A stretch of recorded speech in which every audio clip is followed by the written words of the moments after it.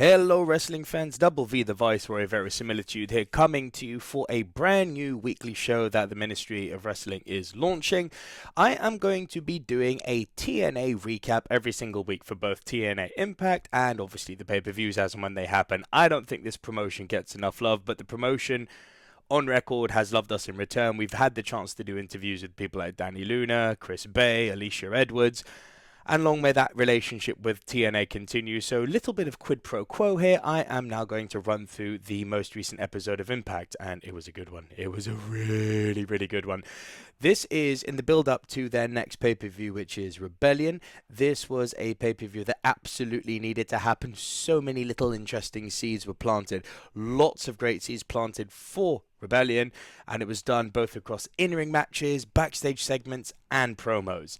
Now, we opened with a mad brawl. Between between Hammerstone and Josh Alexander.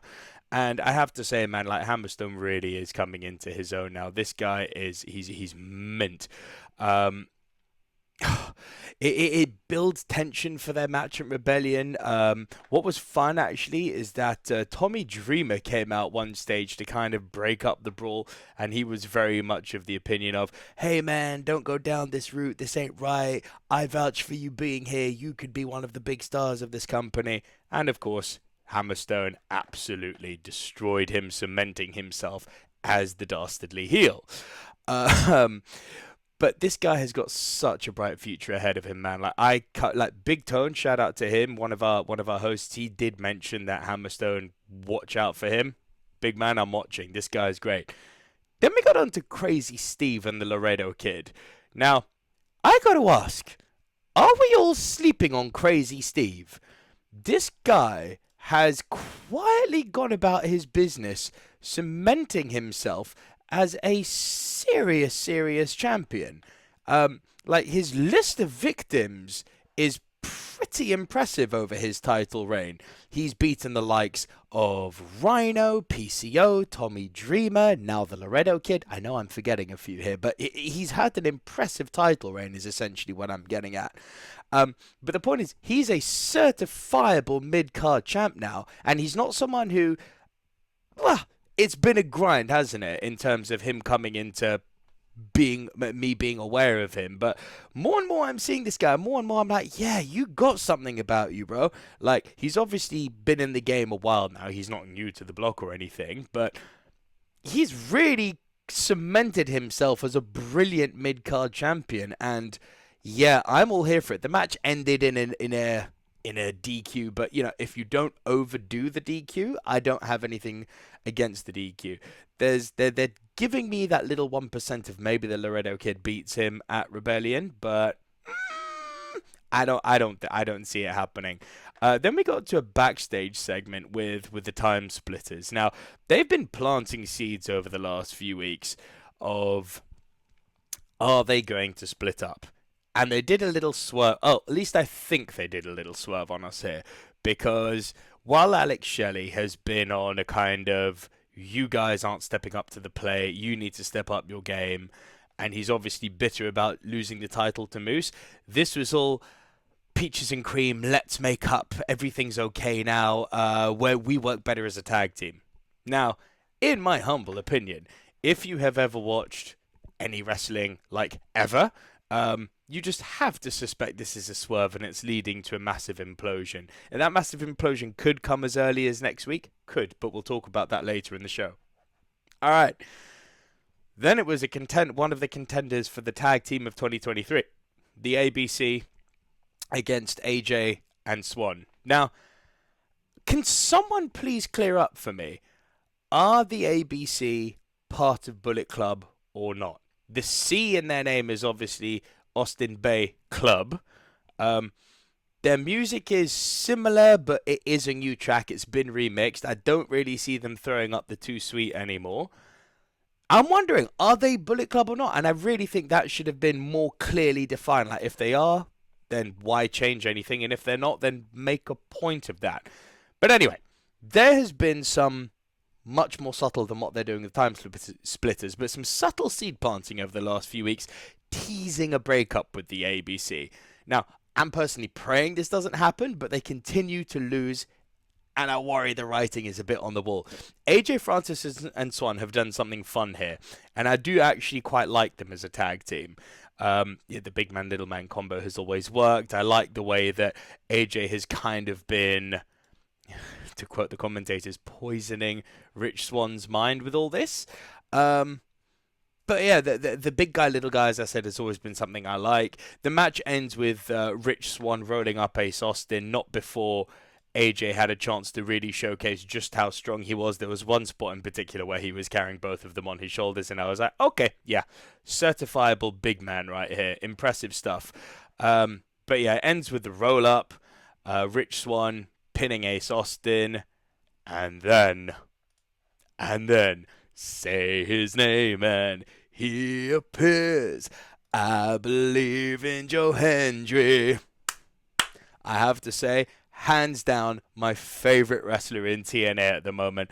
This guy is so over, and I adore him. He is such good value. He's box office. I absolutely love what this guy does. Now, because his thing is singing, you know, kind of memey Mickey Take songs, which he's done oh so well. Oh man, I love this guy. I'm actually lost for words about what to say. He comes out, he cuts a promo inspired by the Fresh Prince of Bel-Air. Surprise, surprise. They're in Philadelphia, so in West Philadelphia, born and raised. And it ends with him calling AJ Francis Fat Uncle Phil.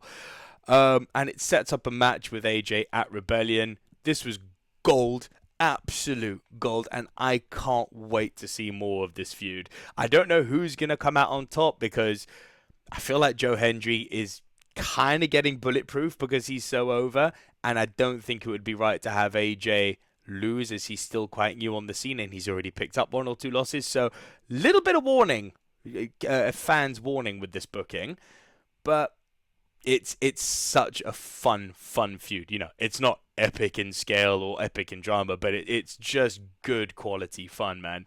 Then we came to Jordan Grace and SDL contract signing. Now, the contract signing has never been, I think it's something that's a tad overused in wrestling, but credit to TNA, because when it's done like this, it's really, really good. Now, I feel a bit disrespectful for only getting a shot with the back of Jordan's head here, but Santino was monitoring this whole thing. He did brilliantly by getting Matt Cardona, who came to the ring with SDL. He did brilliantly by getting Matt Cardona's name wrong. Good old shtick, fun stuff from Santino. And Jordan came across as such a badass here. You know, Matt Cardona acted a bit like a mouthpiece, and Jordan just shut him down. She dropped the B-bomb, which if you watch professional wrestling, if you call someone a B, it's serious now. And the way they spun it was that it looked like she was calling SDL a B. I can't say the word because we'll be demonetized. But it looks like she was calling SDL the naughty word. And then Matt was like, no, I don't you said that to her. And she looked up and went, I wasn't talking to her. I was like, this is good, man. Long live the Juggernaut. SDL ain't beating her at Rebellion. It's very hard to see who is going to beat Jordan for this title. But, you know, my heart would love Alicia Edwards to win it, not just because she's a friend of the channel, but also because it would be cool to see the whole of the system holding gold. But we'll see if that happens. Now, up next, we had a boy Trent Seven against Moose. Man, this was such a squash. This was such a squash of epic proportions. I'll say this, though. It was great to see Trent Seven on TV. Like, I'm such an unabashed fan of Trent Seven. I've watched a lot of him on the UK indie scene. I've met him in person. The guy he's a legitimately nice human. He's just a good person. He's had a really nice kind of indie style career revival, fighting people like Shingo Takagi on the independents. The guy's great, man. He did his El Bigote Guerrero shtick also on the UK British scene. Long live Trent Seven, man. I love this guy. Now, though it was a squash, he did land his 7-star lariat to toy with that. Maybe he could do it 1% thing. But Moose is just too good, man. He's spear, in my opinion, the best spear in wrestling at the moment. Spear and done. Moose is actually so good that it does make me slightly worry for Nick Nemeth. You know, for the long-term booking of this feud. Like, where are they going? Because it makes a world of sense to put the title on Nick Nemeth, but equally, when Moose is this good and the system are this good in their current form, does it make sense taking the title off Moose this early? I don't know, man. I'm not convinced. But anyway, following this match, there was an announcement train backstage. They announced that it's the System versus the Machine Guns next week on Impact. So that's just become must-watch TV for the tag team titles. Whoever wins that faces Speedball Mountain, Mike Bailey, and Trent Seven on pay-per-view at Rebellion. And I'm just there going, go on, my man Trent, get on that pay-per-view. He ain't winning gold, no chance, but it's so good not just to see him on TV, but to see him in important segments, to see him messing with the top tag teams. I love it. Big fan of Speedball Mountain too. Mike Bailey kicks ass. And then, yeah, as well as that, we also had a setup for the Knockouts Tag Team Championship. So we're going to see Danny Luna on pay-per-view. Danny Luna, again, friend of the channel. Now, don't you do it. Don't you take gold off of our girl Danny. This is a warning. Now, don't you go ahead and you do that now. But you look at this. So you've got tag team gold, both men and women. You've got Moose Nick Nemeth. You've got Hammerstone against Alexander. You've got Jordan Grace against SDL. You've got AJ and Joe Hendry. And all of a sudden, this Rebellion card is stacked. If you're a fan of TNA and you like these wrestlers, this is stacked. We then went into, forgot, Jake Something versus Mustafa Ali at Rebellion as well for the X Division title. As I said, stacked. We then went into kind of a setup because GYV have kind of been the unofficial bodyguards of Mustafa Ali during his title reign. And GYV's James Drake took on Jake Something, who I absolutely love. Now, it was basically a squash. Hang on, have I got the image or not? No, I don't. My apologies. But yeah, it was basically a squash. It didn't make James Drake look bad, so it was a well-played squash.